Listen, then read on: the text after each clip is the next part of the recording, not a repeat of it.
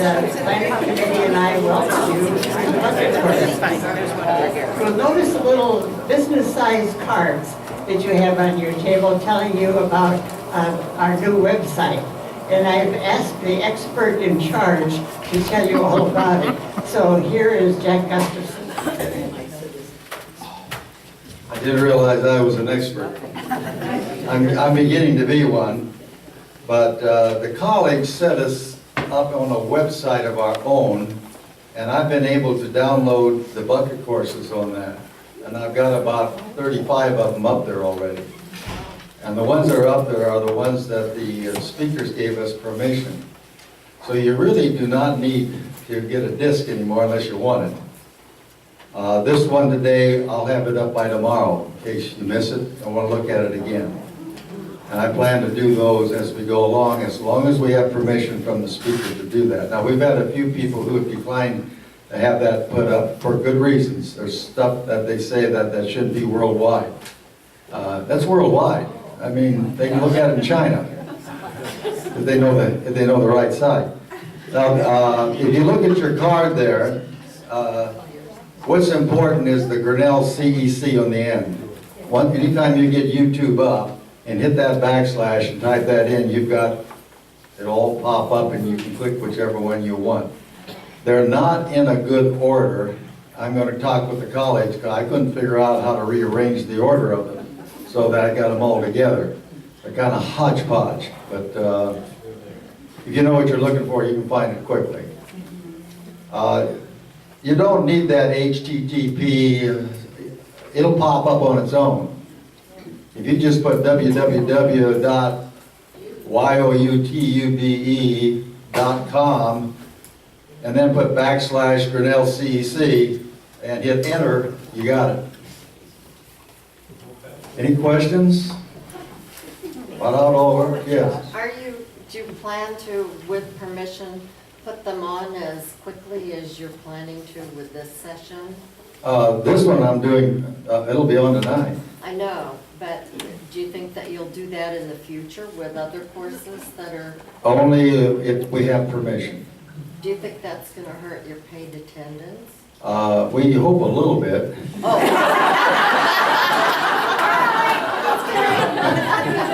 We have problems getting all of you in here on some of these. And the idea is have education for everybody and make it as convenient as possible. It's nothing like as good as being here when the instructor's here doing it, because you can ask questions and what have you. But if you sign up for one and you miss one, the next day look it up. You can watch it. They are 80 minutes long, so you want to have an hour or so to spend, you're going to watch it. Once you click that up, if you click on the screen a little bit, there's a little thing at the bottom with a timeline. If you get bored with what the guy's saying for a while, just scoot it forward a little bit and you go to the next item.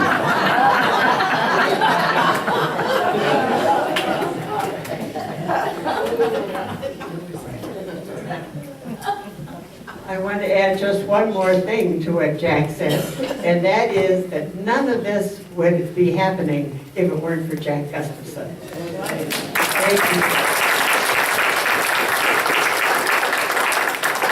you. You'll also notice a half sheet of yellow paper that is on your chairs today. That is a correction from the ACES brochure that we handed out last week. They did a mistake evidently on their cut and paste. And this is for Ed Cohn, who is talking about the history of reading. So add this to your brochure. They also neglected to include the members of the community committee that works with the college on the ACES, and that is Art Hyman, George Britton, Jim Cutmeyer, and George Drake, and I. So we thank all of those people for the work that they do for ACES as well. And now comes time to introduce our presenter for the day, talking about emotional well-being from depression to happiness, Dr. J.R. Paulson.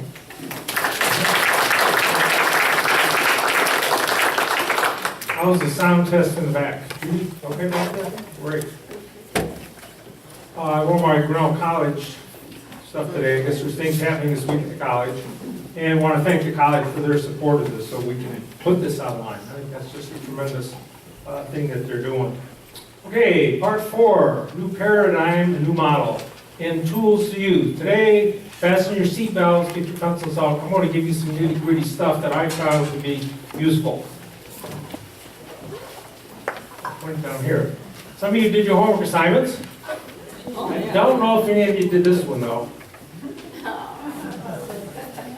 The 3 wishes. Who could ask for anything? So if you only had 2, but you picked the first 2, you're okay. And we'll do things with your homework assignments. Don't just throw them away or use them for later book rights. The next class, I'm bringing what I found from your responses into the class and seeing if my theories and hypotheses are correct, because we've got a pretty good sample size here, although you're pretty skewed. Why do we, or should we, want to be happy or content? Isn't that just hedonistic, selfish, and pursuing feeling good? Remember, we told you Aristotle said, all people want to be happy. That's the ultimate goal of everything. I don't care what you say, everything leads to that. But I get people go, well, isn't that kind of just selfish, whatever. But happy people are more likely to attract a mate, enjoy stronger and more satisfying marriages, are better parents, are healthier, maintain better immune function, have less cardiovascular disease. Happiness leads to better mental health, which in turn produces greater resiliency and an increased capacity to deal with adversity and trauma. This is interesting. Higher income correlates more with happiness than one's level of education. Oh, by the way, happy individuals live up to 10 years longer than their less happy peers. So why do you want to be happy? A couple reasons. But what benefit, if any, does that make to other people? Okay, you're happier in society. Like Confucius taught, right thought and actions by an individual ripple positively to one's family, community, nation, and the world.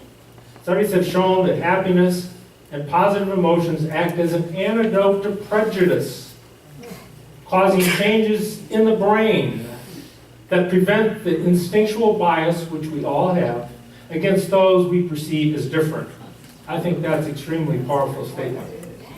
Those of you that were at my Confucius class, this is the Confucian circle, you investigate things, you use your brain, you extend your knowledge, then you make your will sincere, you rectify your mind, then you cultivate yourself, you make yourself better.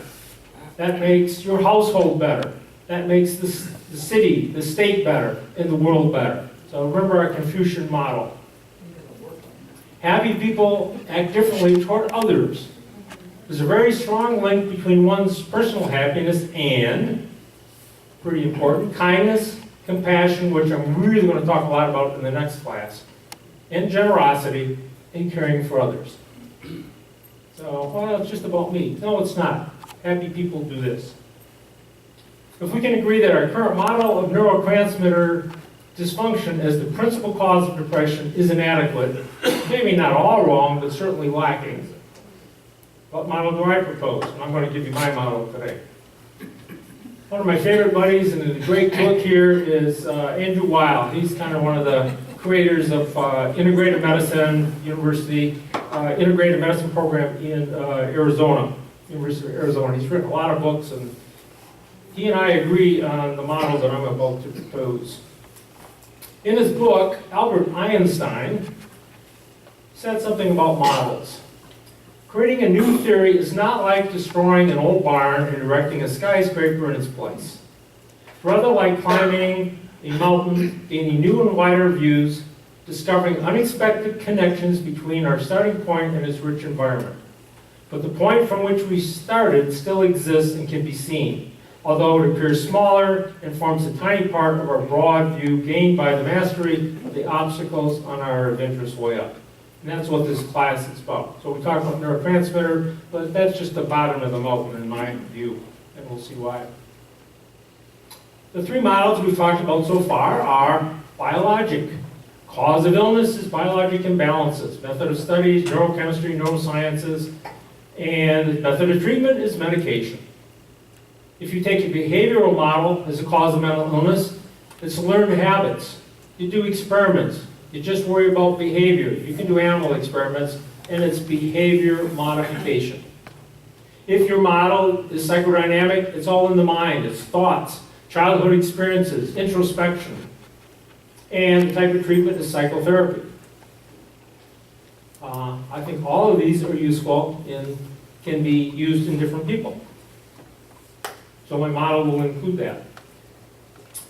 70 million, that's how many hits are on depression. If you look on depression on the internet, just Google depression. 70 million. Guess what's higher? I said I wouldn't talk about it, well, sex. Real close to 1 billion. So people are worried about my kids going on or stuff that I'm talking about in this lecture. This is over 1 billion if you just Google that and you know where that could take you. Well, anyways, these are a few things that I found on there, which I thought were interesting. Whether shackled into submission, jailed into submission, or drugged into submission, society always finds a way of controlling those who choose not to control themselves. Biopsychiatry is the atheist system to control the uncontrollable with shocks, drugs, and involuntary committal. Psychiatrists believe opium was the wonder cure for insanity for hundreds of years. www.bible.ca. Dipstick for the body, chemical imbalances as a cause of insanity, they didn't say depression, insanity, are a myth. Your serotonin level.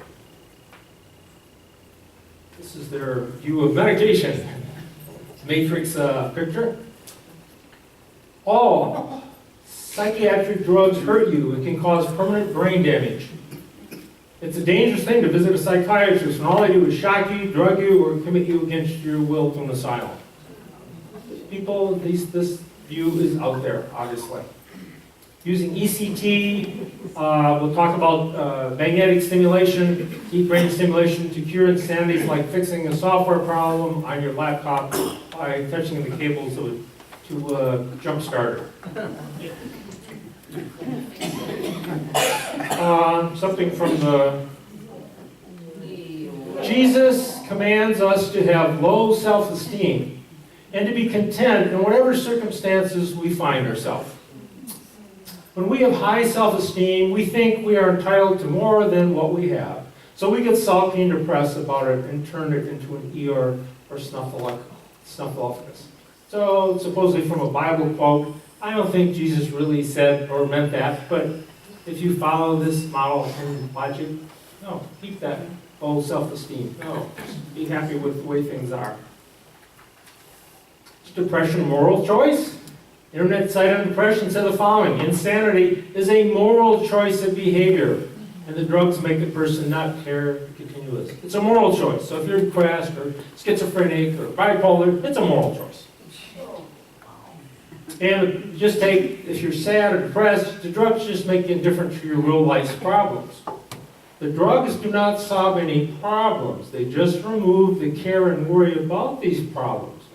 When the drugs wear off, the normal emotions return to the person and they get sad again. A little bit of truth in that, isn't there? Yeah, so some of this is, yeah. But there's a little... Ultimately, how we answer this determines how morally responsible we should be. The repeat slide. Should we feel more sympathy because so-and-so is chemically depressed and you feel, well, this is just a chemical thing. Or someone that's just made bad choices and bad behavior. They deserve what they get, in other words. When should a person get sympathy and when should they get a kick in the butt? I think that's important to know, and we're going to figure that out today. What's wrong with this picture?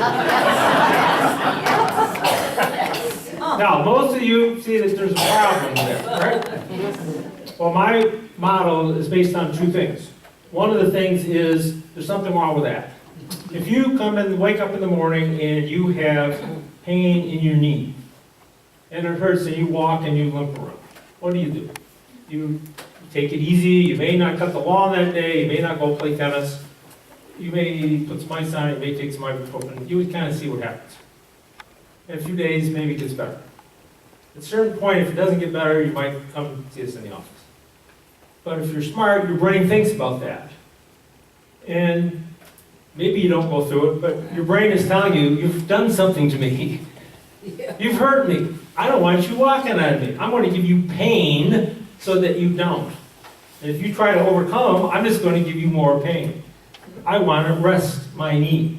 That's what your body's talking to you. When I do sports medicine, the biggest thing I try to convince athletes, listen to their bodies, listen to the bodies, listen to your bodies. So pain is good. If you ignore it and go out there and you've got something really bad, you're just going to screw it up and make it worse, right? Or you come in with belly pain. You wake up and you got, oh, I've got bad stomach cramps. Well, okay, pain.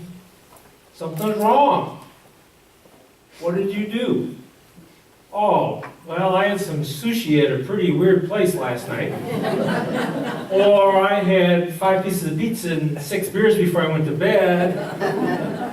Or my grandkids were sick. I mean, you get the idea. Now, what if someone said, oh yeah, but my sister just died of ovarian cancer. Now, and you're having pain. See how it takes you down a different path? The pain is telling you something's wrong in your guts. If it doesn't get better, yes, come to a physician, we'll try to figure out, what is it? You got a virus or what's going on?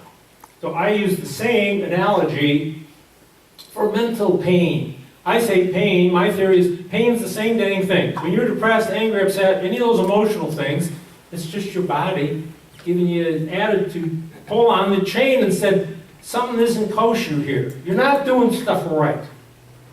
So I think they're good things when people have those emotions. See if you agree with me later.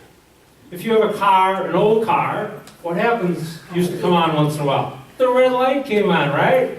Service, there's something wrong with your car. If you're driving down the road and your car is sounding real junky or running rough, you can ignore it. Maybe it'll go away. Maybe it doesn't. If it doesn't, you might be stuck down the expressway in bad doo-doo. So, do you pay attention to that sound? Men tend to more than women. Women say, well, the noise went away. Couldn't have been too bad. Men say, well, what was causing that in the first place? When your lifestyle needs fixing, do you disable the warning light or do you fix the engine? Oh, or turn the radio off louder or put earmuffs on so you don't hear that clunkety-clunk sound that's going on. So if you come to me and I just give you pain for your knee or just pain for your belly pain, oh, you feel better, but that's like disabling the light, isn't it? So when you come in and depressed and I give you medicine, if I had happy pills, and I give you happy pills, great. The happy drugs, is that doing it? It's like disabling the light. Time then for a new holistic and integrated model. My model is based on several premises. That emotional and psychic pain are really just our body and our mind telling us that something is basically not right. That we ought to find out the problem or problems and deal with them. The body and mind have a powerful and innate healing process if only we allow them to work. And happiness and emotional well-being are, by far and to the greatest degree, this is me talking, determined by, 1, our view and appraisal of ourselves. How do we see ourselves?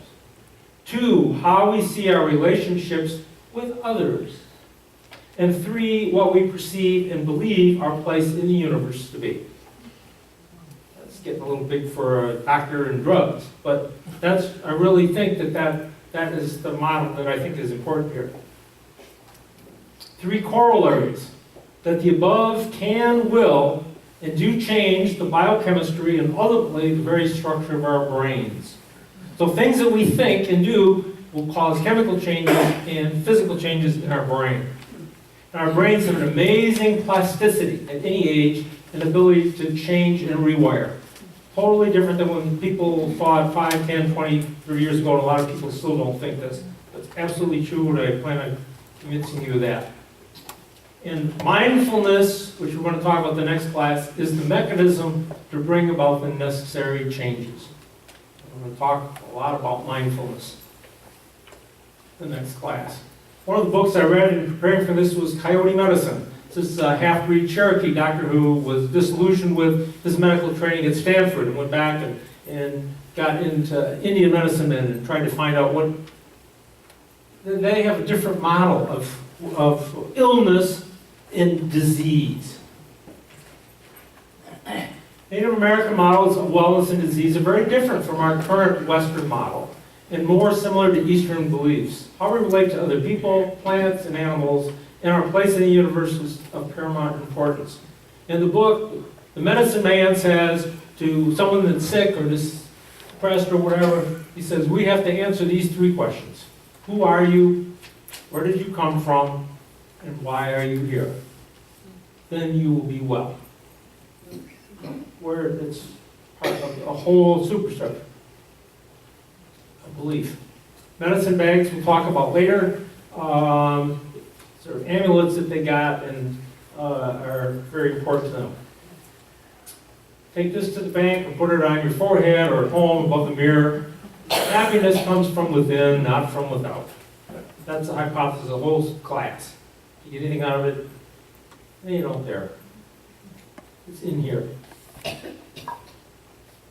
Leon C., Taoist founder, one who contains content remains content. So what you have inside you determines your genetics. We all come partially wired out of the womb. I think I mentioned this before in one of the slides, but we'll basically go over it again about twins. They're pretty genetically the same. Yes, they have 90 to 90% the same eye color. But if one twin in a pair becomes depressed, the other twin will develop depression about 75% of the time. This is true whether they were both raised in the same household or not. Isn't that interesting? Yeah. So they'd be raised by Aunt so-and-so, 8,000 miles away, 75% chance they're going to get depressed. So genetics have a thing, not 100, 75. So you can't deny genetics. What about environment versus heredity? If an individual grows up in a household with someone suffering from depression, some researchers believe this increases the person's susceptibility to disease. Through watching a depressed parent or sibling, for instance, a child may learn to mimic that family member when certain situations occur. While having a parent that spends days in bed may seem unusual to some whose parents never did such things. If your dad was a dairy farmer, it didn't happen. A child who saw that regularly may assume that that's the norm. You see how some of this behavior is learned? Sociologically? No, this is how we react to things. This is how we do. That's a learned behavior. That's not genetic. A bridge model for depression. I promised the bridge players in here, I would talk about this, but I got too many things. I'll bring bridge up as a model for life at the next lecture. Okay, we talked about chemistry and biochemicals. Let's talk about brain. Are you right brain or left brain? Some people have highly activated left prefrontal cortexes, and some are right. This has nothing to do with handedness. That's further back here in your motor cortex. The majority of people have higher left-sided activation.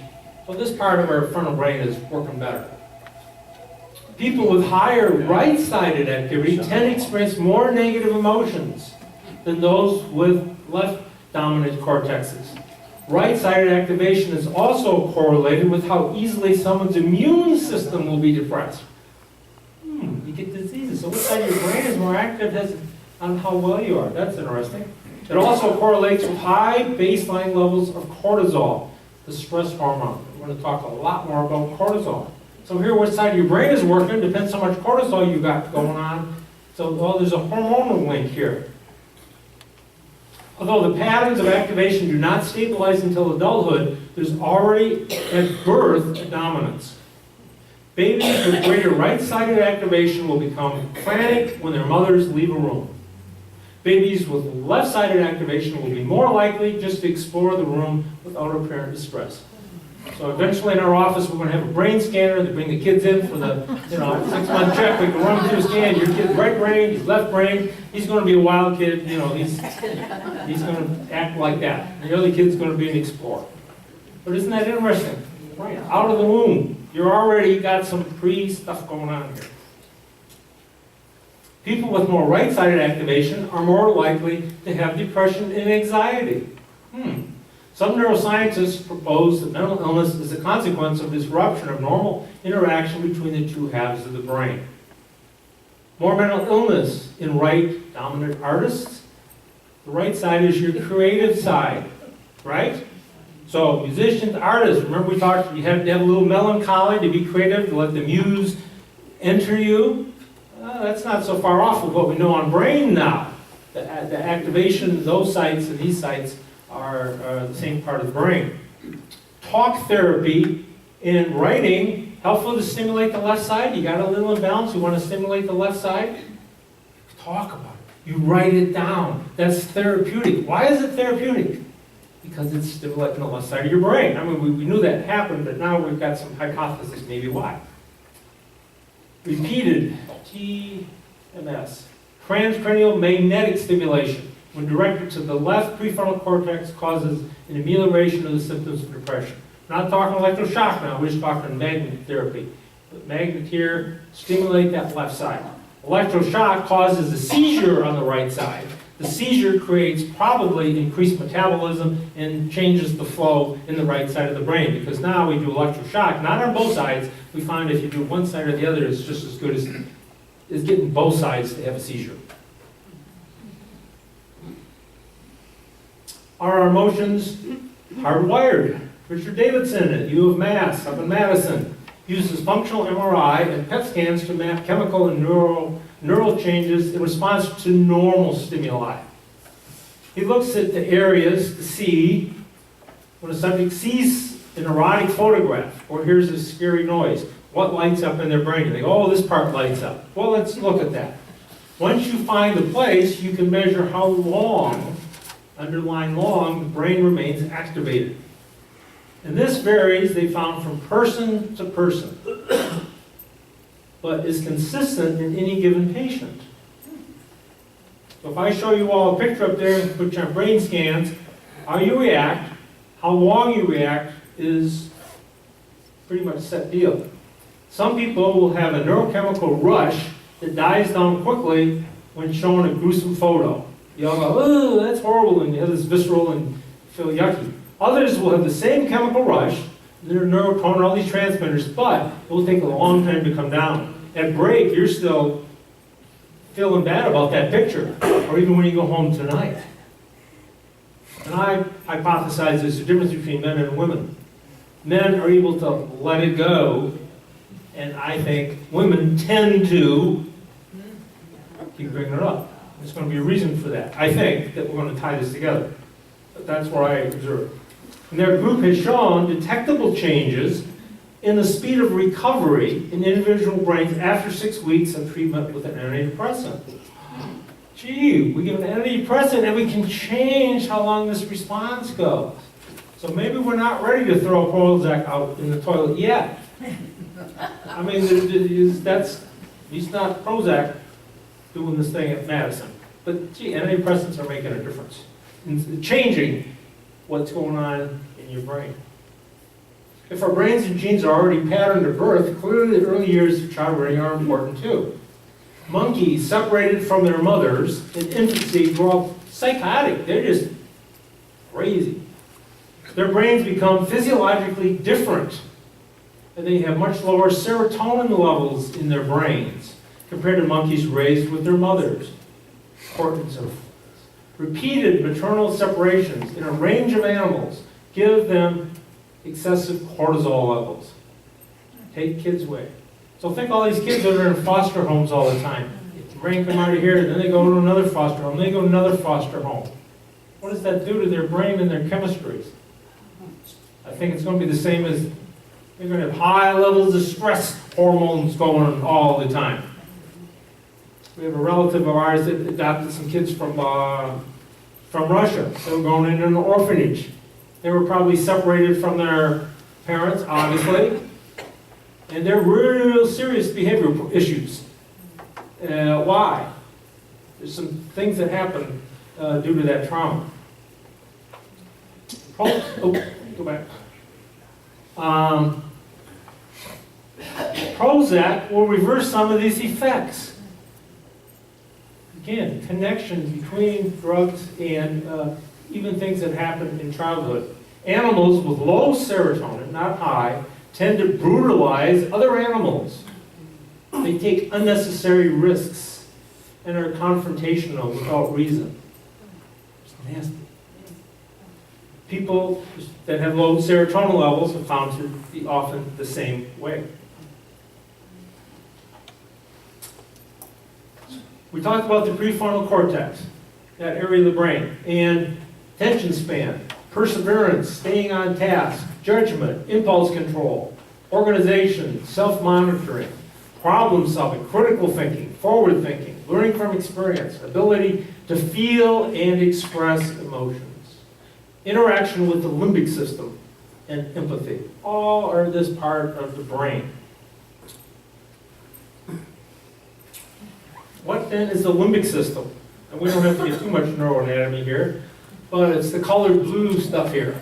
It's the amygdala, which has to do with emotions, the hippocampus, memory acquisition, olfactory bulb, that smell, pleasure center here, pain center here, yucky center here.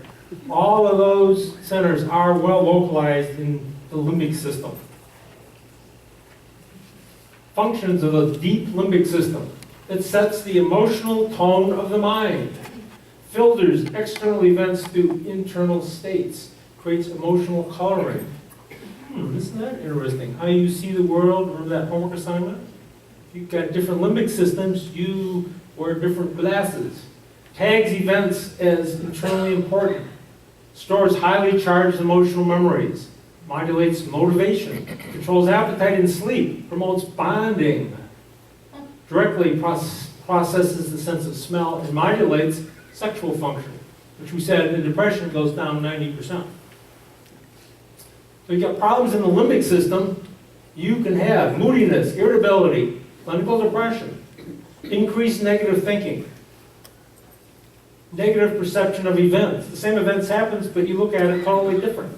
Decreased motivation, flood of negative emotions, appetite and sleep problems, decreased or increased sexual responsiveness, and social isolation. Your limbic system kind of important, isn't it? Now, guess who has the bigger limbic systems? Men or women? Women. Almost twice as big as men. Maybe that has something to do with something. Got out of that one, didn't I? Not going there. The point here seems to be that much of our temperament and neurowiring and responses are pretty well set by the time we become adults. And we can't do much to change that. I just told you all this stuff. The basic neurochemistry and circuits are determined and out of our control. What then can we do to change or control our moods or your happiness? Some people here have been to Iceland, right? Anybody remember what the word for happy comes from? It comes to Icelandic, it's a word, means luck or chance. So think about that. Depression is Latin for press down. Press down, Latin verb. So happy depends on luck, chance, you know. You get a good catch, you go out on the boat, volcano goes off to you next door, it's all chance, it's all luck. That's what makes people happy or not. Is there a point to that? Yeah, but just remember when you see the word happy, that's what it's derived from. But it's my belief, and the belief of many others, that happiness is determined more by one's state of mind than by what happens out there. And that's what I want to show you the rest of the day in our next class. The experience of over several thousand patients with depression. But Dr. Ferguson and I have seen lots of people who are depressed. So now I'm cranking up to 35 years, including residency. I've noted the same patterns and type of what I would call errors in thinking, which then lead to sad or unhappy feelings. I try to construct a Venn diagram showing the weighted likely causes for the person's emotional dysfunction after a thorough history and sometimes some lab and physical examination. Then we embark on a holistic plan. So this is the way I approach depression clinically. Common patient diagnosed problems. So over the years, I tried to write down the other day, what things do I see that people have? Patients who want to change another's behavior. Patients who have unrealistic and poor concept of self, or ego strength. Patients who have a mismatch between performance and expectation. Patients who are clearly reactive and feel they have no control of their life or situation. Patients who fail to listen to or heed their limbic systems. Patients who have an almost delusional view of the world and see it through distorted and or colored lenses. And patients who are socially and emotionally estranged from others. Patients who are grieving loss. They may not even be aware of it. Patients who have no defined set of values. Patients who feel their happiness is dependent upon having things, both material and non-material. Patients who cannot seem to take different perspectives and or make paradigm shifts. Patients who do not have a strong or significant spiritual dimension. Patients who are not mindful and continue to churn with negative thoughts and emotions. Patients who fail to see or recognize the basic and fundamental connection between their physical and mental health. Patients under too much stress. So I think what we'll do is take our break, and then, this is my motto, isn't that exciting? And let's go back, and so what I want to do, take a break, and I'm going to show you my model, and then I'm going to describe about 10 or 12 different things, specific things. How do you fix all this stuff? How do you change these patterns of thinking and thought? How do you identify them? In other words, if your car is not running right, you don't want just an idiot light. You want something that says, ooh, you're getting too much stress. So a stress meter. You want a tachometer. I'm going too fast. You want these meters that are showing you what's going on. Now, you can't do that now because the computer's got to go into to some guy. It's too complicated. Where in the old days, we could fix cars. You take up the hood, you look in there, and you see, is it getting spark? Is it getting gas? You started from there. You started, oh, it's getting spark. That's not a problem. It's not getting spark. Okay, then you back up and you find it. It's pretty easy to troubleshoot and usually get cars running pretty well. Or it's a mechanical problem. Well, I'm going to try to give you the same tools when your brain isn't working well that you can practically use. So that's what we're going to do. So get carbohydrate loaded. We'll return.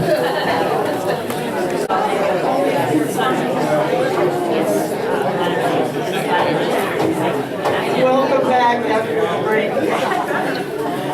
Thank you for taking your seats. Next week is our last week of bucket courses until next September. And we are it's not only the end of this year, but it's the end of 5 years of bucket courses. So we're going to have a little celebration next week, some little special refreshments and so on. And we're going to honor 3 people who have enrolled in every single bucket course for the past 3 years. So you can be guessing who that might be, and we will tell you next week, give them special honor. I'd like the members of the planning committee to stand so that you can see who has been responsible for these fantastic classes.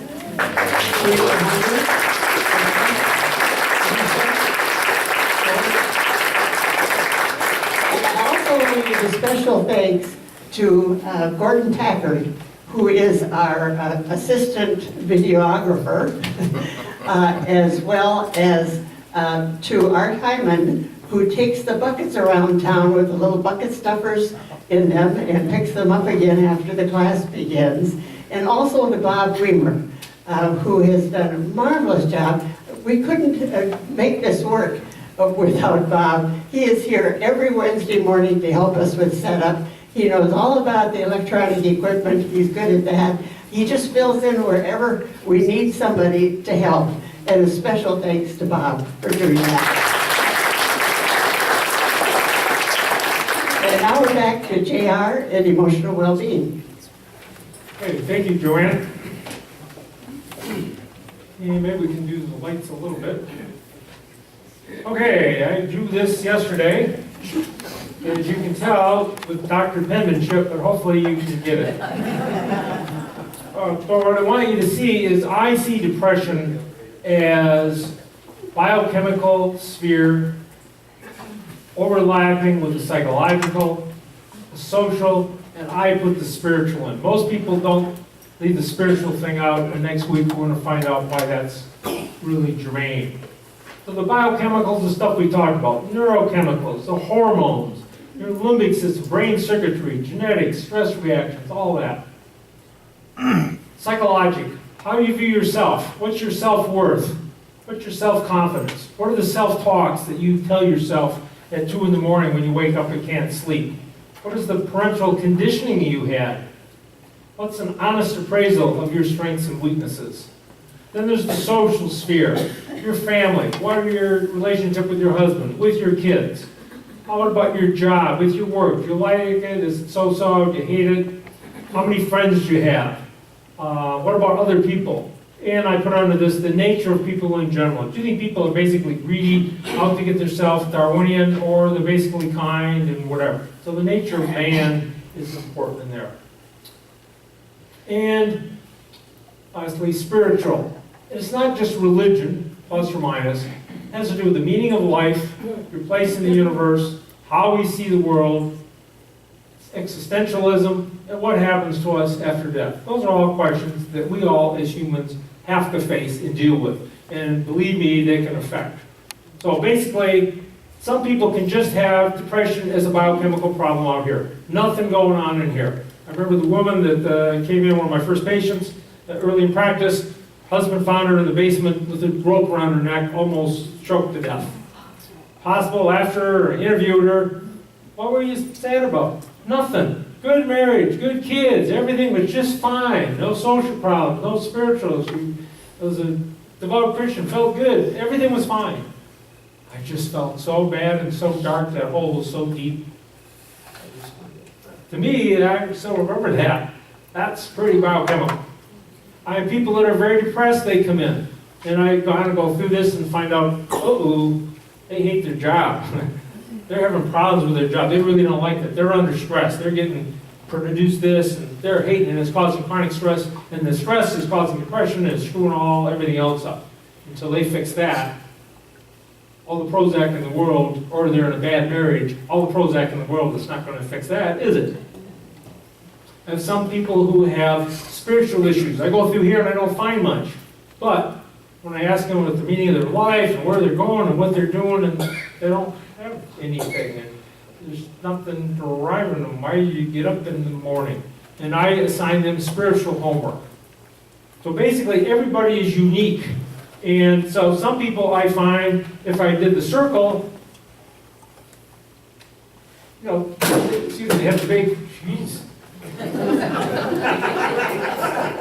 Biochemical is big, but maybe some of the other ones are small.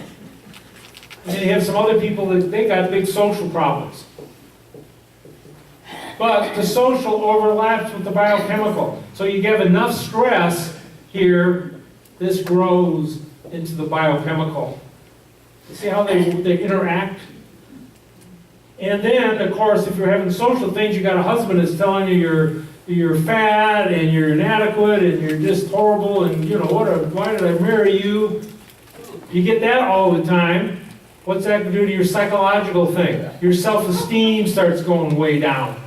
So now this circle, because of that, your self-esteem is going down the tubes. And those are not static. And those, absolutely not. Those are not static. They're very movable. So see how creative we are here. Yippee. Okay, so you get the idea of how I use that?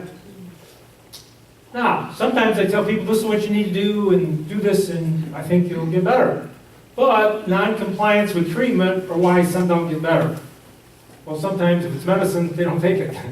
Well, let's go through this. One, the biggest thing in my experience is they make excuses. It's his fault, I can't, I don't have the time. Secondly, they really don't want to change. Although they say they do. There's secondary gain going on. They like being the victim. They get lots of attention, they get lots of sympathy. Why would they want to get better? They're not going to have all that again. If they get better, they might have to go back to work and not be on disability. All these things might happen, so there's maybe reasons They just don't want it. They tell you, oh, doc, I'm so sad, I feel bad, I just want to do that. Or they just don't want to take responsibility for their own state. They say, look, this is what you got to do. You're your own worst enemy. Change it. They can't respond. Or they're not willing to make the effort and do the hard work necessary for change. Hard work necessary for change. We talk next week. We're going to talk about the two parallel: the physical health and the mental health. Physical health, people come in, oh, I want to be able to stronger, I want to have more endurance, I want to be able to hike in the Rocky Mountains. Well, you got to go out and train, you got to work, you got to walk, exercise, just, oh, I don't want to do that. That's too hard. I go like, duh, well, have fun climbing Pikes Peak then, because it's not going to be a pleasant experience for you. But you see how clear cut that is on people? It's just like, you don't have to say anything else. Principles of treatment. First, to recognize there's a problem. Now, physically, we can do this. We can get on the scale, see how much you weigh, get a BMI, take a stress test, do the 12-minute Cooper walk test.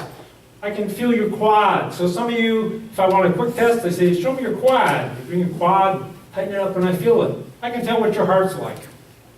Why? Because your heart is a muscle, and this is a muscle. And if your quad is hard and tough, you are exercising, you're doing aerobic exercises, your heart's going to, as a muscle, is going to be good. If this is a piece of mush, I mean seriously, and pretty wimpy, your heart ejection fraction probably won't be too good.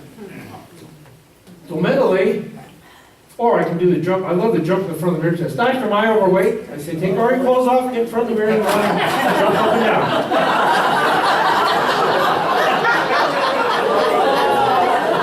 You don't need a BMI test or some type stuff for that. Mentally, how do you feel most of the time? Where are you on that spectrum? Right? I can do a zone depression test, 30 questions. Why do you have the problems, physical and mental? Well, doc, I'm fat. Why? I drink too much beer and I don't exercise. Bingo. Right. Okay. Mentally, why are you depressed? It sounds like a stupid question, but sometimes people have insight, and sometimes they don't. Sometimes they go, you think it could be my marriage? Or you think it could be my job, or whatever, you see? Okay. Are you where you want to be on the emotional continuum? This is just temporary and normal. In other words, it's normal for life for us to sit down in that negative thing. That doesn't mean you got to get treated. It's normal to have aches and pains. They usually go away, don't they? For a while, they may come back, but it doesn't mean you have to go to the doctor or get treatment or get MRIs or CAT scans or all that stuff. Saying mentally, it's okay. Sometimes on a continuum, that's life. Some days are just bad days. But does it stay? Do you qualify for a real diagnosis in DSM-5? Do you meet specific criteria so I can put you in a little box and say you have cyclothymic or you have major depressive disorder this, but you haven't had it, you've only had it for 2 weeks, but what if you only had it for 1 week and 6 days? Or you only have 5 of those, 4 of the criteria, not 5, but you got 4 really bad. So diagnostic thing is not very good sometimes. What's your emotional history? You've had this before? Oh, many times. Do you have seasonal affective disorder? What's your family's history of mental illness? Well, my uncle, my dad, my sister, they all got problems. That's a different ballgame than, there isn't any problems in my family. Are there other medical conditions going on? Any self-medication with alcohol or drugs or overeating? And what are your goals of treatment? So, pros for treatment. What follows are a number of specific ideas or reasons people are depressed, unhappy, or sad. Their utilization, in my experience, has helped many people climb up the emotional ladder toward better mental health. Following their edicts can also help people maintain an emotional resiliency. So if you're doing some of these things, if bad stuff happens, which it will, it helps you be more resilient and able to come back. Just like if you're in good health physically, what happens? You do better when you do get ill. Following are mainly cognitive therapy suggestions. Medications and other biochemical treatments are not mutually exclusive. with cognitive therapy. In fact, they're often synergistic. Why not work? If you can change your limbic system and some of the serotonin, isn't that going to help you? So some psychiatrists, they don't even want to talk to you. Here, take your drugs, because the stuff they tell you to do, you don't have enough to do. And then when you come back 6 or 8 weeks later, now you're feeling better, now go exercise. Oh, no, I can't. Well, they weren't going to exercise back here. They were too far down the spectrum. They didn't have enough physical energy to do squat. So sometimes that's smart to let the chemicals get rolling. Synergistic. If you are on a medication, stay on it. Unless you have a dosage reduction or discontinuation supervised by your physician. Unfortunately, patients often just stop their own for many reasons. Sometimes it's financial. They can't afford all these drugs. But don't replace the medicine with anything else. So now you're not doing well and you stop something that may have been helping you some, what can likely happen? Fall back the other way. If you're replacing it with something else, that's a different ballgame. They then may relapse and it becomes more difficult to treat the next round of depression, which, as we showed you, usually eventually comes. So sometimes going off the meds is not a good idea. Psychologically it sounds good, but lower and then maybe they're not going to come up as much. Okay, pearl number 1. Those, take this to the bank. Is there conflict between your higher cognitive brain, prefrontal cortex, and your limbic system? Often people who are in a job, marriage, relationship situation are chronically unhappy with it. But because of the attribution bias, remember that we talked about that in the truth class. That's where you believe something and you've got so much emotion and time invested in that even if facts show you that this is dumb, you've invested so much in your brain ain't going to change. That's what the attribution bias is. Of thinking won't make the changes necessary to remedy the situation. In other words, they need to get out of this job or this marriage. That's the problem. Well, I've worked there for 35 years. I've been in this marriage for 29 years. You know, yeah, but now it's crappy. I mean, you see what I'm saying? They don't understand the logic. They've got that emotional attribution bias. Okay, I'm a realist. Okay, you hate your job. You got to bring home the bacon. You got to have health insurance. Okay, let's go to 2. However, if they choose to stay in the situation, they still have a chance to change how they react to it. Okay, you got to do this crappy job, but how can we change your brain now so you don't interpret it as so crappy and it's not making you unhappy? Don't blame the situation, but take responsibility for it. Pearl, listen to your gut limbic system. Sometimes when somebody brings something, we did a bad April Fool's joke this last year on somebody, and when we saw it coming around, the gut thing said, yeah, that's not good.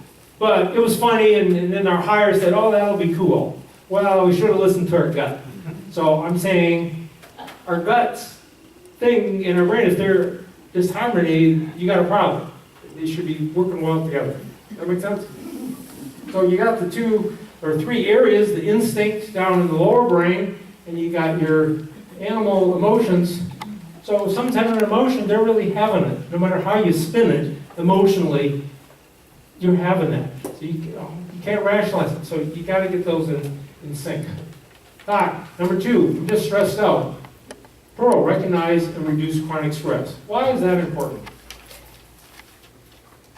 Great book, From Stress to Strength. Robert Elliott, cardiologist, went out to Jackson Hole, Wyoming, about 20 years ago and listened to him. At 44, he's a cardiologist, hard worker, he's type A, he's driven, he has no cholesterol, no blood pressure, no problems, he's healthy as a horse, he's in Nebraska, he's seeing patients in a little hospital, all of a sudden, he realizes he's having the big one.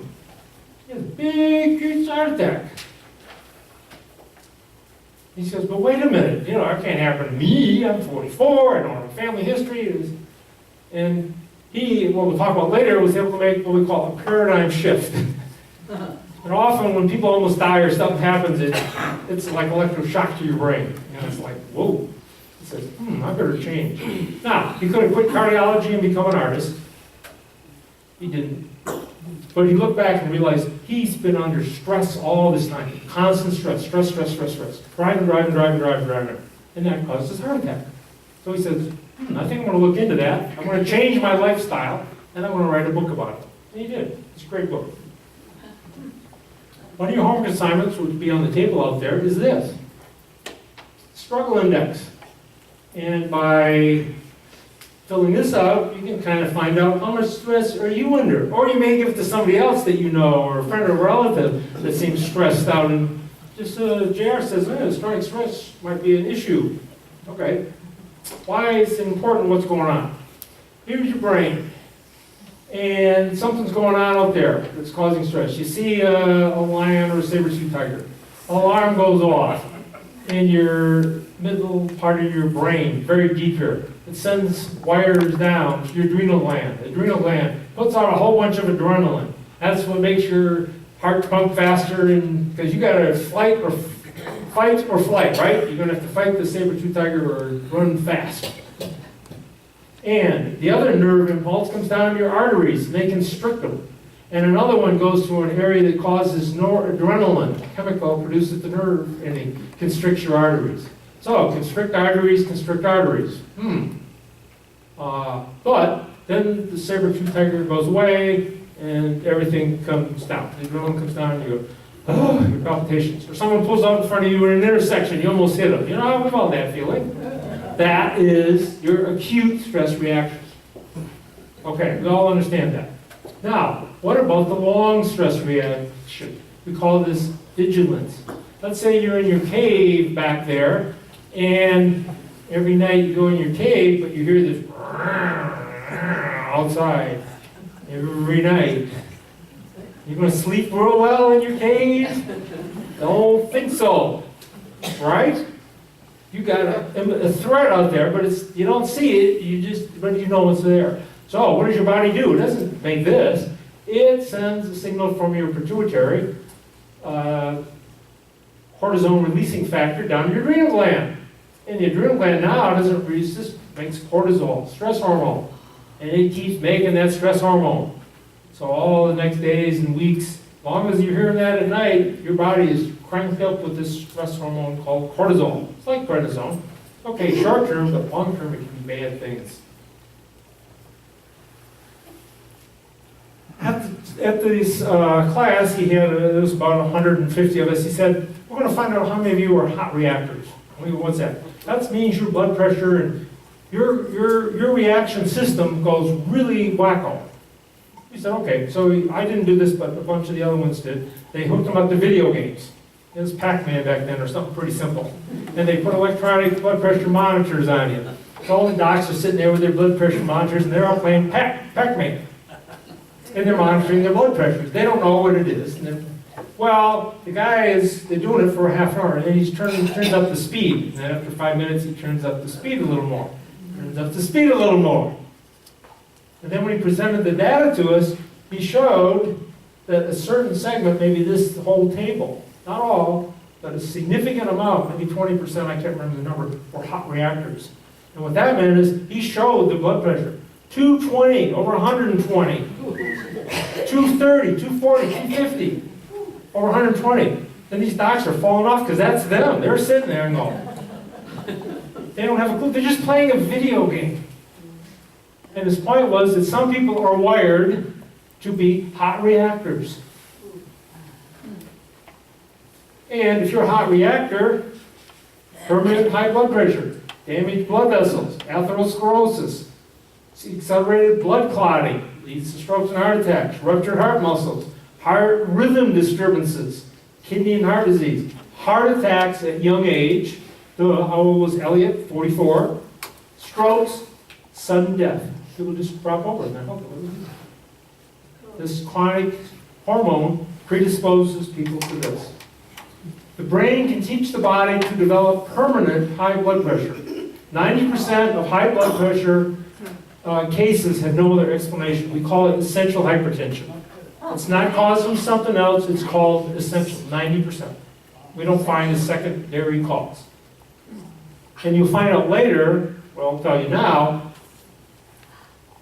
the brain can lower the blood pressure. Study when we went down to Maharishi University, a nice study they did with inner city blacks in LA, where they had them do meditation. and they were able to lower their blood pressure, reverse it without drugs, and stay down. So we'll talk about meditation later. Much of the stress in our lives occurs because of a mismatch between expectation and reality. So, pearl number 3, mismatch between expectation and reality. This can be because of our own shortcomings, either self-imposed or else subconsciously imprinted by our parents, friends, or peer group, or society. We don't measure up or don't perform like we think we should. You should publish more papers. You should get better grades. You should do this. You should do that. You should keep a better house. Things should be neater. Careers, marriage, and often our own failure to do or accomplish things we set out to do. Usually, well, I ought to do that. I should do that. 3 ways to cure it, which I'll come in a second. Examples: golf, piano, and grades.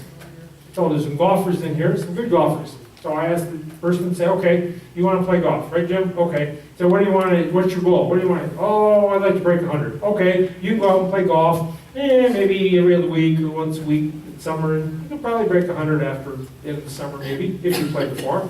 Oh, no, Doc, I want to be under 80s. Okay, you're going to have to hit the course a little more often. You're going to have to go out there 2 or 3 times a week, and you're probably going to need lessons. Because it ain't going to happen. Well, so if you tell me the goals, I'll tell you what you got to do, right? To get there. Piano. Yeah, I want to play the piano. Okay, how well you want to play? I just want to play some Christmas carols or church music. Okay, fine. You can get some lessons, maybe 1 or 2 years. How long you got to practice? Half an hour, maybe so long. No, I want to play Bach, Toccata, and Fugue, and I want to play Chopin. I go, well, you're going to have to put a little more time, a little effort in here. And I think you're probably going to need to get some real music instruction here. But, okay? Or grades. The kid gets some grades home. They get all A's and 1 B. A lot of parents, family, kids go, that's great. I got all A's and 1 B. Other families, other people, God, you didn't get all A's. Oh, what a dork are you? And the parents say, you didn't get all A's. You see that? Well, the things. So wherever the bar is, who put the bar? And I'm saying where you put the bar is one of the things. So one of the 3 cures is you lower expectations. You don't have to get all A's. You don't have to shoot under 80. You're doing it for fun anyways. I mean, you see what I'm saying? So you lower your expectations. 2, you raise your performance. You practice more. Duh. How are you going to get better unless you practice? So you can raise this up to get where you want. Or 3, you can do both 1 and 2, which I think makes the most sense. Lower your expectations. The house doesn't have to be that perfect, but I'm going to spend more time cleaning it. You get them together, and then when they're together, what do we call it? Homeostatic, right? We feel good. Our goals and our performance are together, and we're just emotionally good. And when they're like this, and they're like this chronically, whether it's homework, relationship, or whatever, trust me, it creates chronic cortisol, raise in stress. What is else that cortisol we learned the first time? It lowers serotonin levels in the brain. Oh, isn't that interesting? So your serotonin levels go down because you're under chronic stress. So when I see people with depression, I often say, what's the stress things that have been going on in their life? Pearl 4, stay in your circle of influence. Stephen Covey has developed this concept in great detail, and I highly recommend his book to you. I found many of his ideas and models both true and helpful. I've used several here that are germane. Book, great, 7 Habits of Highly Effective People. I did some training with him out in Sundance, Utah, again, 20 or 25 years ago. He just died last year. He's an awesome person. He says, we got 2 things. Circle of concern, so nice note you can take. Circle of influence and circle of concern. Influence, that's what we can control. If you can't control it, you don't put it in there. This is stuff we worry about or we want to affect. The weather could be out here. Other people's behavior could be out here. Other stuff is out here. The circle of influence is in here. Perhaps the most common error I see people make They try to change, worry about, and expend inordinate amounts of effort and emotional energy in trying to change either the behavior or the beliefs of others. I'm just telling you like it is, you know. They want to change somebody else's behavior or their beliefs. No matter how well-intentioned, it seldom works, in my experience. Stewing, worrying, obsessing about the stock market, the price of corn, national politics, let alone world politics, is also counterproductive. You're not going to have anything to do about Syria and Russia. You can worry about it, but it ain't in your influence.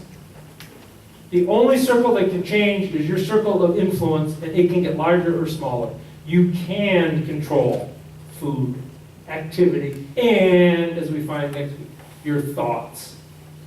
100%.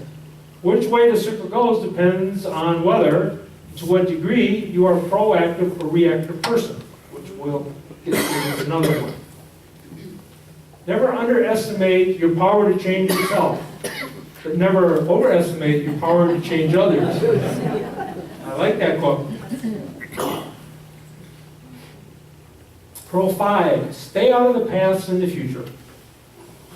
This is another one that I've found very interesting over the years. It's been my experience that whenever patients are talking about depressing things or expressing negative emotions, anger, guilt, remorse, regret, loss, and sadness, they're almost always talking about events in the past. Think about that. If somebody's talking to you and wherever, I bet you're going to find it's going to be something that has happened, almost without exception.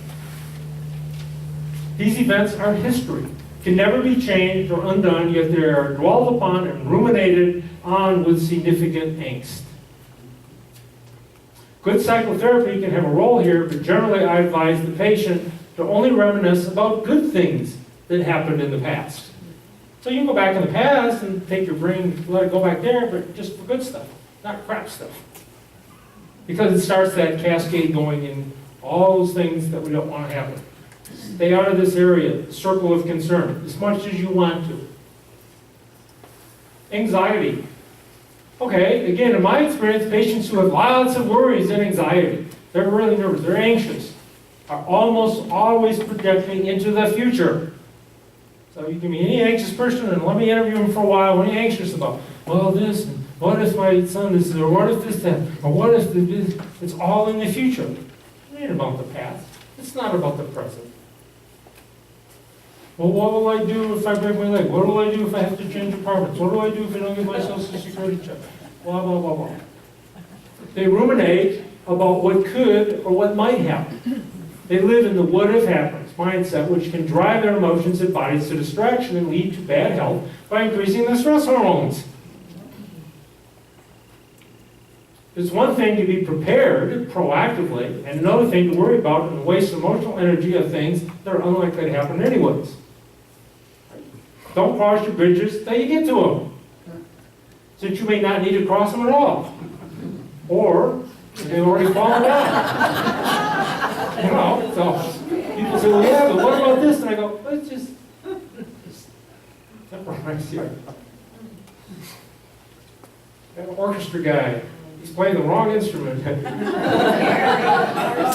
That is real anxiety, folks.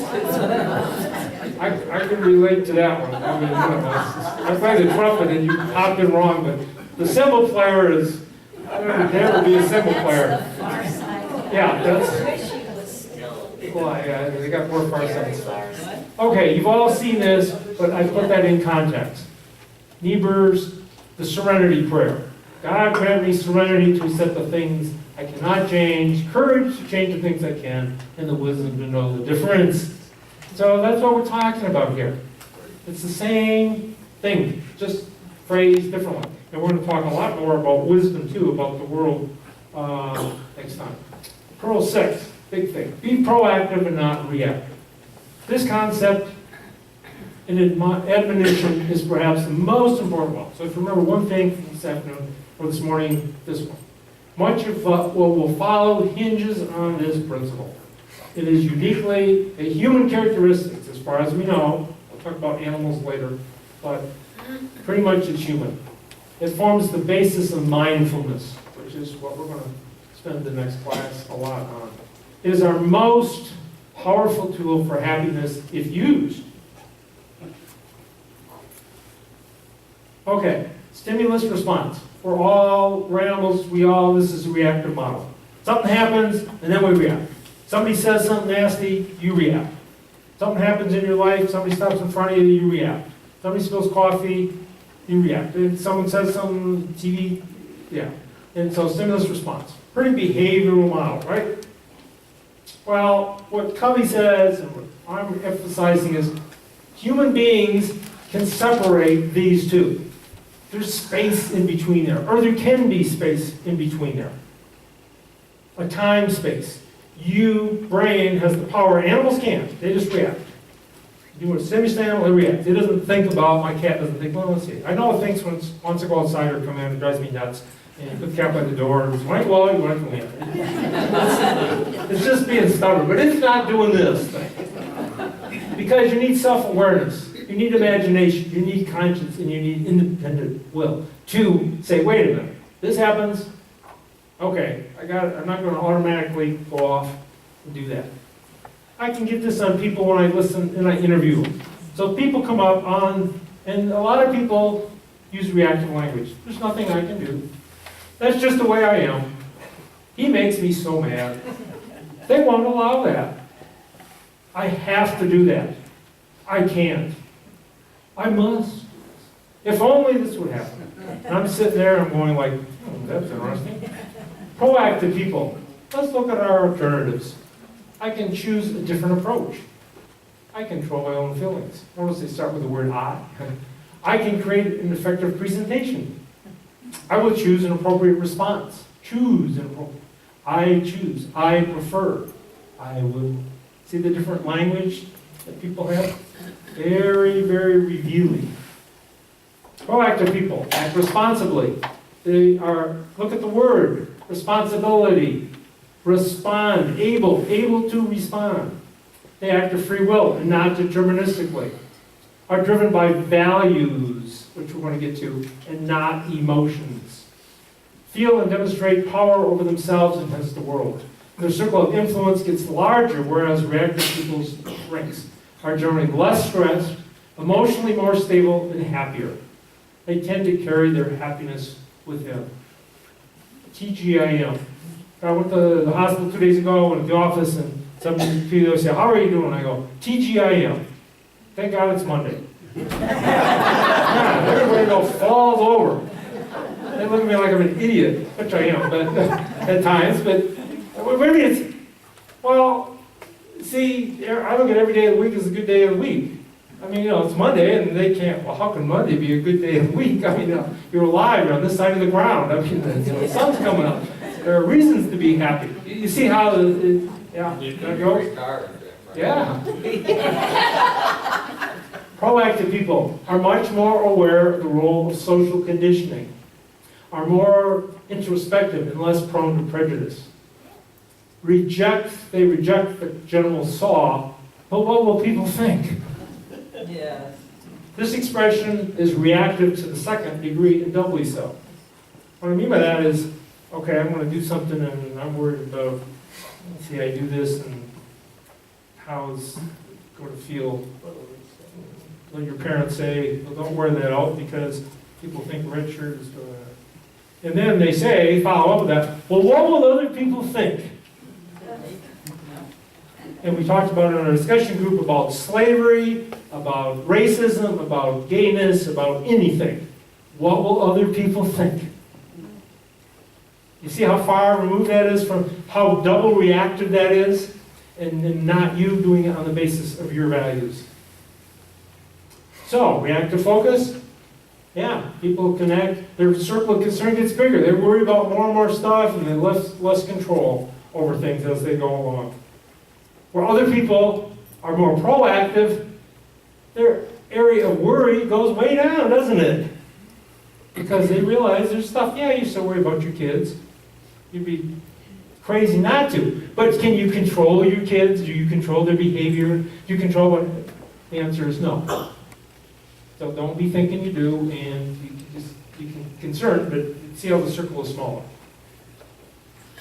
Rule 7, be aware that many of your feelings come from your attitude, and that comes from beliefs, which might be wrong. Oh, isn't that interesting? Attitudes. And these are often socially indoctrinated from our family, our culture, and our religion. As we saw in my class on belief, these are not easily changed, especially with facts, evidence, or logic, since they were emotionally imprinted by the limbic system, by the way, and chemically and physically wired. They show the people all this logic and stuff, and that don't make any difference. Nevertheless, even these can be changed with time and repeated effort. As we will see, making behavioral changes, even if they at first don't seem to change emotions or attitudes, can actually restructure the brain. Restructure. Rational motor therapy, named after Dr. Ellis, also called ABC therapy.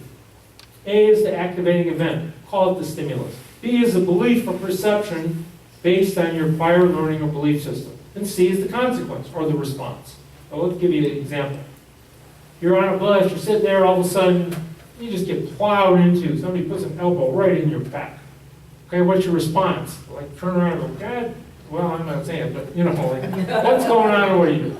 2, person, won't go forward in traffic, the light changes. You're sitting there, you're patient, you wait 5 seconds, 10, 15 seconds. Pretty soon, you're laying on the horn or saying something or whatever. You found out someone is gay. And you believe that, well, that's a choice that they made. You're supposed to something you don't like.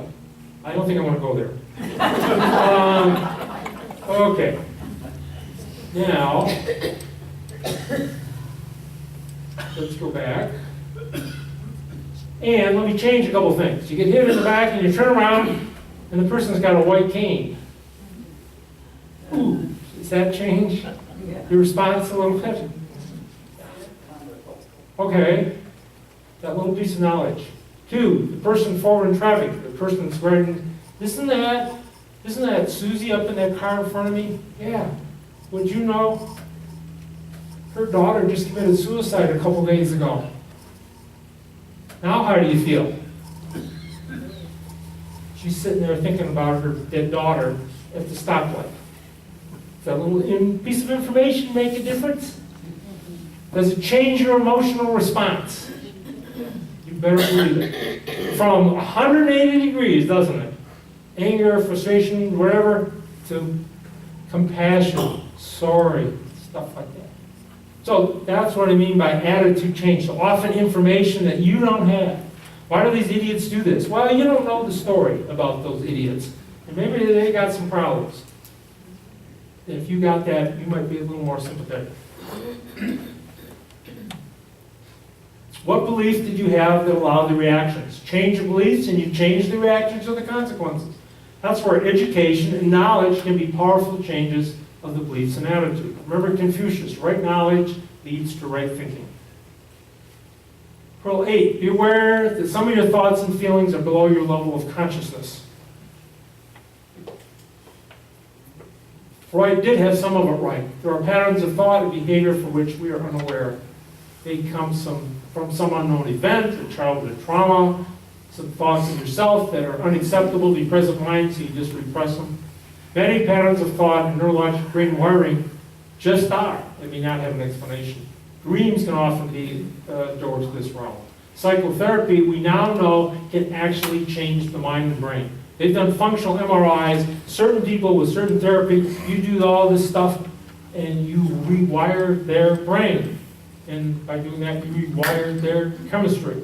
So it's not all poo-poo stuff. So again, we're trying to show you there are different things going on here. 10, have the courage to make paradigm shifts. This is the last one I think we'll do. The way we see a problem often is the problem. Seeing the problem from another perspective is of the utmost importance. It can often radically change our beliefs and perspective on our situation and feelings of unhappiness. It's the ability to walk in someone else's shoes and see things from their perspective that can lead to a paradigm shift. But first, we have to acknowledge that our position or perspective may not be the right one or the only one. Perhaps both or multiple views are right. Remember this one? How many see the pretty girl? How many see the old lady? How many see both? We've been through this before. Again. And we have, our brain is wired to see one thing first, and sometimes we need help. Someone else to point out, well, where's the chin on her, on the pretty lady? Oh, there's the chin, here's her necklace. Oh yeah! And all of a sudden it clicks in and gestalt, you see it. I'm having a bad day, and I don't feel like getting out of bed. What about just thinking about it and the following for a while, just a mental exercise? Picture the following people as they get up and get going. So you're in bed, no, I just feel crappy, I'm depressed, I'm having a bad day. Whatever.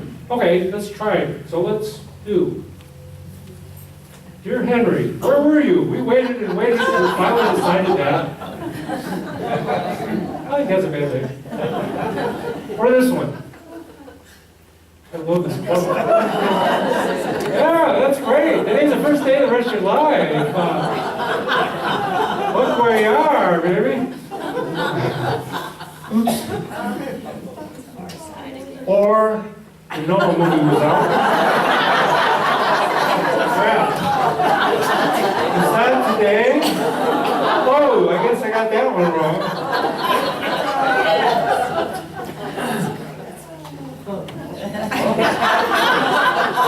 Hamsters again. Okay, now on a more serious note, what if you wake up in the morning or you're laying there in your nice cozy bed and put yourself in Calcutta, in the slum. Just spend 1 minute in Calcutta, in this place, and imagine you're getting up and you're looking for breakfast and things in that environment. Or you wake up in your cozy bed, just spend 30 seconds to a minute and go, oh, I guess I do have it pretty good in my bed. What about these folks? How's their bad day going? Concentration camp. Imagine yourself there for 30 seconds in your brain. Or you're black, you get up in the morning, you're picking cotton, the sun comes up, it's 5 o'clock, and you have to be out in the field for 10, 12, 14-hour days. You have to go work in a coal mine, underground. You're a kid. This is your breakfast, what you find on the street. Or you're in an African drought area, and your cereal is not down in the pantry, and you don't have any in your bowl. Just imagine, just do a mental exercise going there. You're getting up, you're working in the blood diamond mines in South Africa. This is what you are doing. Or you're Vietnam, or a vet of Afghanistan that has post-traumatic stress disorder. And you call the VA and you're on the waiting list to get an appointment. Which is true. So that's just despicable. Or I go, hey, there's somebody out front.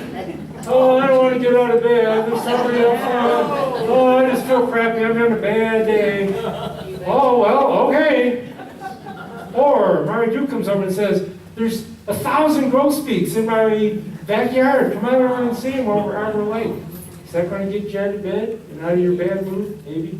Maybe your granddaughter comes in. Grandma, how come you're in bed? Oh, I feel depressed and I just am having a bad day.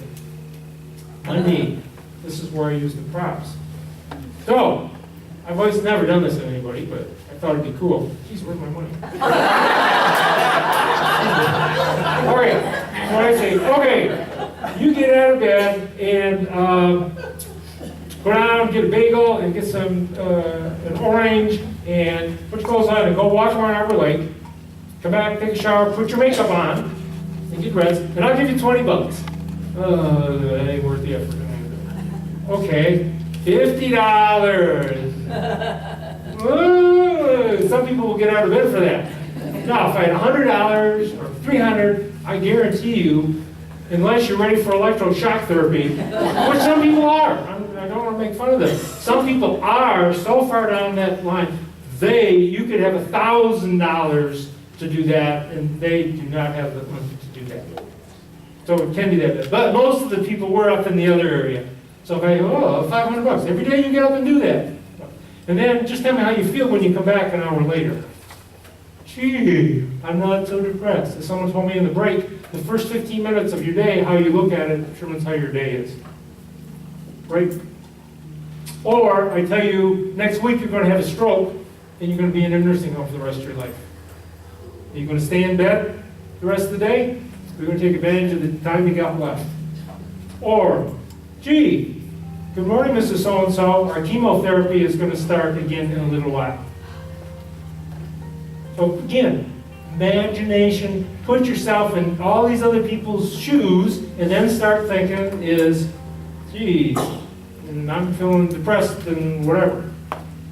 Or, to get it more, you get a phone call.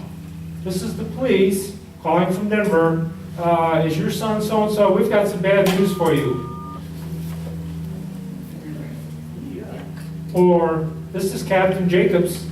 Your son was stationed in Afghanistan, right? Well, I regret to. Now, why are we all, that's getting our limbic system now, isn't it? So see how powerful just an image can be, a thought, even though it's just an imagination thing. It shows you how much our thoughts control what we do. And be the President of the United States. Did Abe Lincoln have some problems with depression? Yep. He had some major depression. Did he say, I don't think I'm going to get out of bed today, I'm just going to lay in bed and whatever? Did he have some problems with Congress? Did he have some problems with the nation, with the job description? Yeah. Did Abe, he got out and done the stuff. This is a little behavioral therapy I'm leading into next time, about sometimes doing something is one of the best things you can do. Not take another Prozac, go back to sleep for an hour, or, you see what I'm saying? To do that. So a lot of this is where there's responsibility and not. But again, being able to make the paradigm shift. And what did Abraham Lincoln say? He quoted this. Most folks are as happy as they make up their minds to be. Think about that as a closing statement. And for those of you that are still having bad days, John was puzzled by the bad day exit, but he soon discovered his could get worse. And with that, we'll end, and I'll tell you your homework assignment and where we're going next time. So next time, we're going to get into values and the importance of values. People don't have values, and the homework that you did this time, or why they are key to good mental health and happiness. And we're going to talk about mindfulness and talk about how we do those brain changes, and the twin virtues of compassion and wisdom.